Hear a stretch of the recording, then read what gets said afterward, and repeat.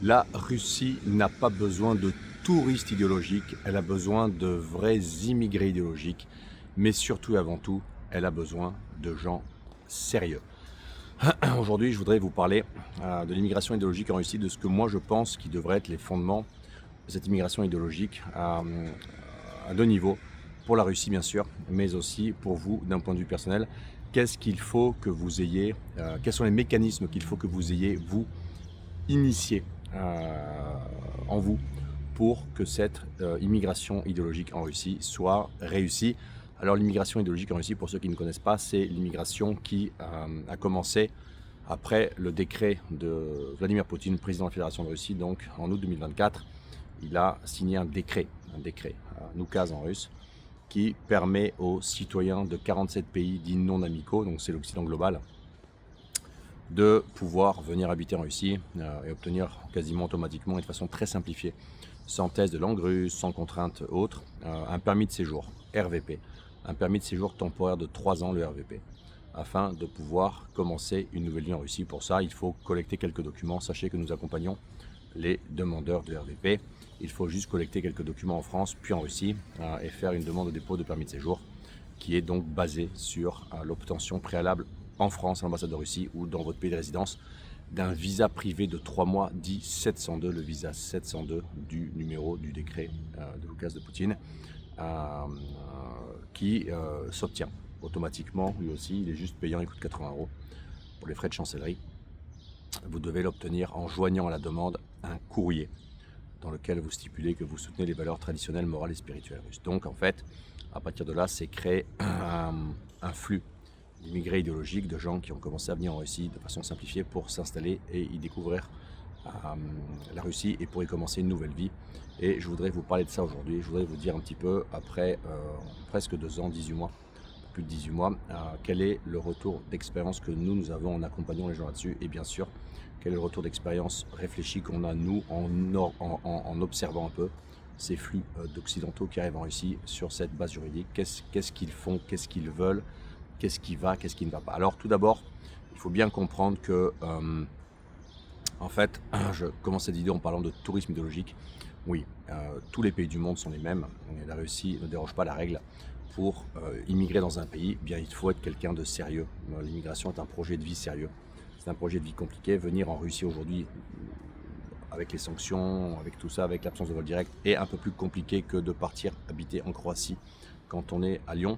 Par conséquent, immigrer, s'expatrier, recommencer une nouvelle vie, épouser une femme étrangère, élever des enfants dans une nouvelle culture, habiter dans un autre pays, apprendre la langue, traverser les épreuves administratives, traverser le migratoire, lancer des affaires, chercher un emploi, tout ça c'est compliqué. C'est une sacrée expérience de vie, c'est une vie dans la vie en fait.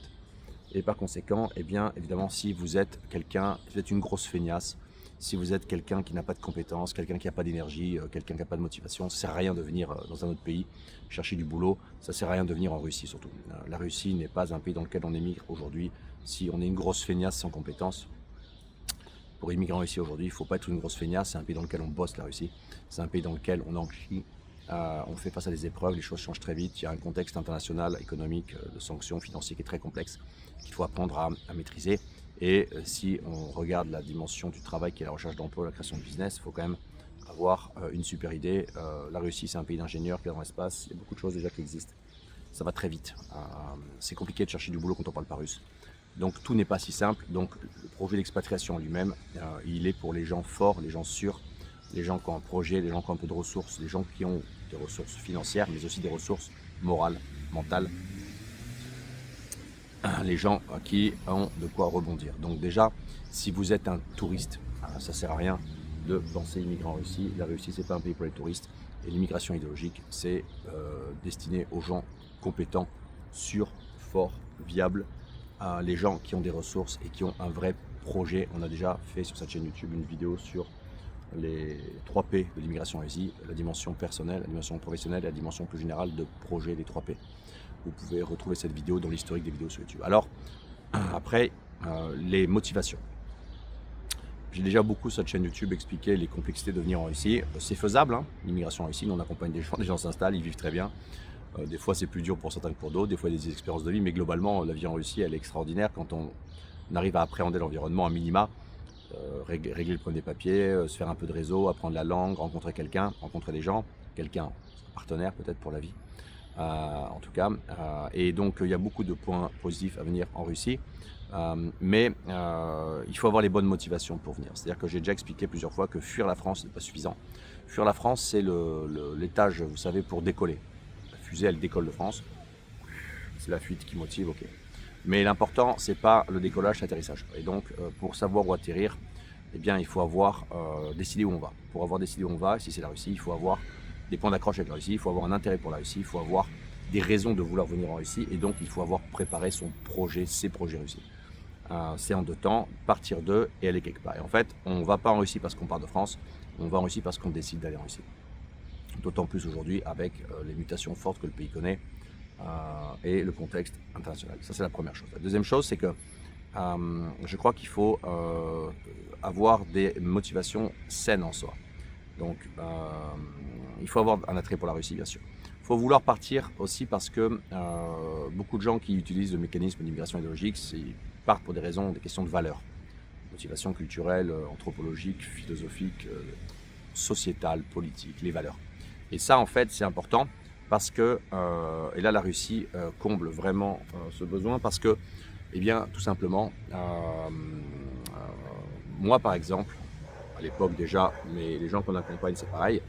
Venir en Russie, c'est vouloir, lorsqu'on a certains réseaux de convictions, une certaine vision du monde, c'est vouloir faire en sorte que ces convictions internes, ces convictions intérieures, soient en adéquation avec le cadre extérieur dans lequel on vit, ce qui n'est pas le cas en Occident aujourd'hui, puisque l'Occident est parti sur un modèle anticonservateur, un modèle libéral sociétalement, un modèle je ne sais pas comment on peut le qualifier, il est hybride, il est très curieux, il y a une espèce de socialisme économique, de libertarisme des valeurs, dans le mauvais sens.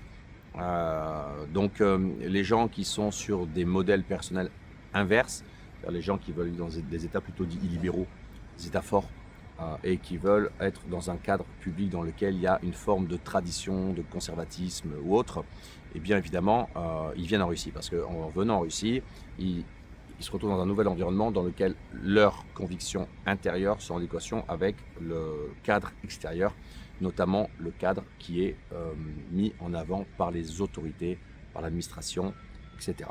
Alors, ça ne veut pas dire que la Russie est un État hyper conservateur, comme on peut imaginer qu'elle l'est parfois d'extérieur.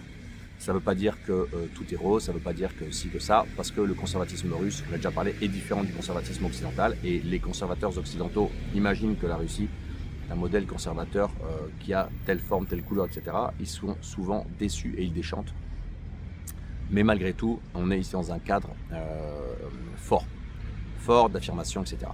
Donc la troisième chose, c'est que la Russie est un pays qui défend une très forte souveraineté idéologique, économique, alimentaire, numérique, avec des hauts et des bas, bien sûr, des fois c'est embêtant, mais en gros, il y a une course vers l'affirmation, l'accroissement et le renforcement de la souveraineté. C'est très fort, parce qu'il y a les valeurs traditionnelles d'un côté, le cadre sociétal, ce que je viens de mentionner, mais la deuxième dimension, c'est vraiment la souveraineté. Donc si vous êtes quelqu'un qui n'êtes pas, on va dire, intéressé par cette dimension de souveraineté, c'est problématique parce que les mesures parfois prises par les autorités russes sont des mesures pénibles, mais elles ont une utilité à long terme, à moyen terme ou à long terme pour la Russie, qui est le renforcement de la souveraineté. Parfois, elles sont pénibles à subir pour les gens. Mais si vous êtes si vous êtes quelqu'un qui est en recherche d'un renforcement de votre souveraineté intérieure propre, eh bien vous serez en adéquation avec le cadre extérieur de nouveau, parce que vous allez comprendre que les mesures prises par les autorités russes sont des mesures visant à renforcer la souveraineté. Donc si encore une fois, là c'est une question de matching, il faut avoir des ressorts de volonté, de besoin de souveraineté intérieure pour se retrouver en phase avec les politiques mises en place dans le secteur public, dans le cadre extérieur, qui sont des mesures visant à renforcer la souveraineté du pays. C'est très important. La raison de venir en Russie, quatrième je sais pas, ressort, levier, peu importe, c'est le fait de vouloir se sentir, selon moi, dans une société dans laquelle il y a un État fort qui maintient l'histoire, qui prolonge l'histoire, qui prend des décisions, qui est un acteur, qui refuse la soumission, qui refuse de mourir. C'est une société vivante dans laquelle on est très focalisé sur l'histoire. sur les ancêtres, dans lequel il y a une structure familiale qui est très différente. Donc il y a un lien beaucoup plus fort entre les générations, je pense, et les jeunes respectent beaucoup plus les anciens. Donc la Russie, lorsque vous pénétrez la Russie et que vous rentrez dans la dimension de structure familiale russe par le biais d'un partenaire, par exemple russe, que ce soit un homme ou une femme, eh bien vous êtes là, en général, en tout cas, vous êtes partie. Vous devenez partie d'un ensemble beaucoup plus connecté au sens générationnel, beaucoup plus harmonieux, beaucoup plus traditionnel. Et ça, c'est très important. Si vous n'êtes pas intéressé par ça, si vous venez en Russie pour rester seul, en tout cas, c'est compliqué. La Russie est un pays qui est extrêmement communautaire. La structure familiale, la relation entre les gens, les clans. La Russie est un pays féodal, clanique, c'est un pays de groupes, de meutes. La solitude en Russie est très dure à vivre parce que les Russes sont rarement seuls. Bien sûr, il y a la dimension urbaine des grandes villes. Dans les grandes villes du monde entier, on est beaucoup plus seul que dans les petites villes, etc. Bon, ok. On travaille dans le tertiaire, on a des gros horaires, on rentre chez soi, on va au fitness. Bon, ok, c'est des modes de vie. Mais globalement, quand on a un parti extérieur importé, qu'on arrive de l'Occident par exemple, on arrive ici et qu'on a un certain âge et qu'on veut faire un réseau, c'est très compliqué avec les Russes. Et d'autant plus avec l'âge, parce que c'est très compliqué de percer des clans qui sont déjà organisés, structurels, qui fonctionnent et qui n'ont pas besoin spécialement d'avoir un Européen au milieu, parce que, un, il ne parle pas la langue, deux, il n'est pas intégré, trois, il n'est pas dans les mêmes rythmes, il n'est pas dans les mêmes codes culturels, il n'est pas dans les mêmes façons de vivre, en fait, simplement. Et par conséquent, c'est assez quelque chose de compliqué. Et moi, je conseille la Russie pour les gens qui ont des ressources fortes pour créer du réseau, pour réseauter, pour aller au contact avec les gens, pour savoir en fait créer du lien et du lien social autour d'eux. Parce que sinon, c'est un pays dans lequel on peut rapidement se retrouver très isolé. Point de vue linguistique, bien sûr, point de vue culturel. Le climat n'est pas propice à la rencontre dans la rue. C'est pas l'Europe du Sud, hein. Il fait nuit, il fait noir, on est en capuche, on voit pas les visages. Ça, c'est 6 mois par an. Par conséquent, tout n'est pas si simple. Donc, les motivations d'immigration idéologique, elles doivent être celles-là. Elles doivent être aussi, en fait, je parlais de touristes idéologiques au début de la vidéo, elles doivent être intégrées sur la très longue durée. C'est-à-dire qu'en fait, le projet de parcours d'immigration idéologique, en fait, ne peut pas être intégré même par la durée d'un RVP, ça ne suffit pas. Première année, vous allez arriver, vous allez faire vos démarches. En 5 mois, 6 mois, vous allez arriver à obtenir un RVP. Une fois que vous avez un RVP, vous avez 3 ans devant vous. Il y a 3 ans dans lesquels il faut faire votre trou, apprendre le russe, vous intégrer, il faut créer du réseau, il faut faire votre place dans la société tout simplement. Ça passe très très vite. On n'apprend pas le russe en 3 ans généralement quand on est étranger, qu'on a un peu plus de 35 ans ou 40 ans. On l'apprend plutôt en 5 voire 8, 10 ans. Bien souvent le driver familial, c'est l'arrivée d'une famille en Russie. C'est lorsque vous êtes un étranger ou une étrangère et que vous rencontrez un partenaire local et que vous faites des enfants et que vous suivez le parcours d'intégration scolaire avec vos enfants, c'est le parcours le plus intégrant au niveau linguistique, culturel et sociétal. Il y a une gamine, comme elle a des oreilles sur les... des trucs sur les oreilles, elle ne s'entend pas hurler. Et donc voilà, donc parcours des enfants. Mais si vous arrivez avec une famille franco-française et que personne n'apprend le russe, c'est beaucoup plus dur. Si vous arrivez tout seul, c'est beaucoup plus dur aussi. Et évidemment, il vaut mieux migrer à l'âge à 25 ans qu'à 45 ou 50. Pour les hommes qui migrent en Russie, l'espoir c'est les femmes, parce que par une femme russe, on s'intègre beaucoup plus facilement. On pénètre mieux la société au sens culturel, au sens linguistique, au sens vie de groupe. On bénéficie du réseau de la partenaire. Pareil pour les femmes françaises qui auraient un partenaire russe, on bénéficie du réseau du partenaire. Donc il y a beaucoup plus là-dessus de facilité. Mais voilà, donc c'était un peu les drivers. Il ne faut pas sous-estimer les projets d'immigration où que ce soit. Aller vivre à l'étranger, c'est compliqué. La Russie n'est pas le plus simple, mais ça peut être un challenge qui amène énormément de plaisir et de bonheur. On peut vite se sentir très très bien en Russie si on arrive à prendre le pouls du pays, c'est-à-dire à suffisamment apprendre le russe, si on arrive à suffisamment s'intégrer, à faire soi les codes culturels et peu à peu finalement arriver à s'assimiler à la Russie. Sachez, pour ceux qui sont intéressés, que la Ruspatriation que j'ai créée, eh bien, nous avons un parcours complet d'accompagnement de France à Russie pour venir déménager en Russie et bénéficier du parcours idéologique,